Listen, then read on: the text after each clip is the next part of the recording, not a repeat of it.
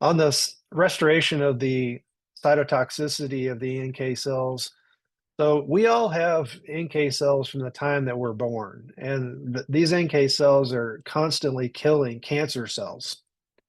And by expanding these cells and restoring a level of cytotoxicity to them, we're increasing many-fold the opportunity for the patient to just continue using significant amounts of their own NK cells to kill cancer.